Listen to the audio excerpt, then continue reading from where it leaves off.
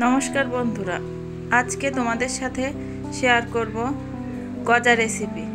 গজা ছোট বড় সবার একটি প্রিয় খাবার।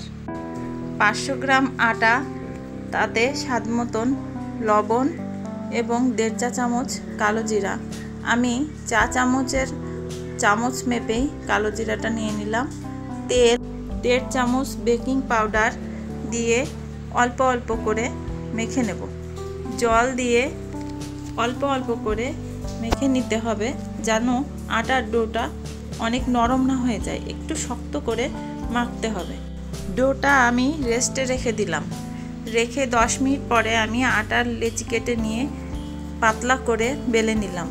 ছুরির সাহায্যে লম্বা করে প্রথমে কেটে কেটে নিয়ে তারপর যেমন ইচ্ছা তেমন করে তোমাদের মন মতন করে তোমরা কেটে নিতে পারো। আমি একটু ছোট করে কেটেছি এবং ঘুরিয়ে ঘুরিয়ে একটু পেঁচিয়ে গজার শেপ দেওয়ার চেষ্টা করলাম। গজার শেপ দিয়ে সবগুলোই আমি একে একে এইভাবেই বানিয়ে নিলাম। তো এবার কড়াইয়ে তেল দিয়ে দিলাম। অল্প গরম হলেই আমি গজাগুলো দিয়ে দেব।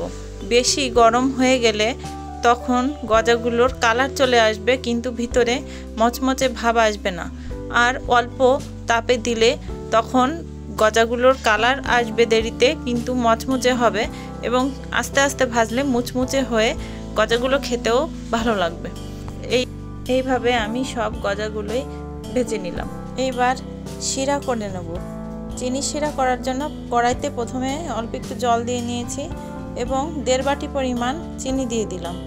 চিনিটা ভালো করে নাড়াচাড়া করতে করতে দেখতে হবে যখন কড়াইয়ের গায়ে দানা দানা পড়ে যাচ্ছে তখনই বুঝতে হবে যে আমাদের গজার শিরাটা কমপ্লিট হয়ে গেছে। তখনই গজাগুলো ঢেলে দিতে হবে। ঢেলে দিয়ে নাড়াচাড়া করতে হবে। গজাগুলো নাড়াচাড়া করতে করতেই শিরার সাথে দেখতে হবে গজার গায়ে সাদা সাদা হয়ে যাচ্ছে এবং গজাগুলো দোকানে যেমন দেখতে লাগে ঠিক তেমন হয়ে যাচ্ছে। এই হয়ে গেল আমাদের গজা রেসিপি। গজা অবশ্যই বানিয়ে খাবেন। ধন্যবাদ।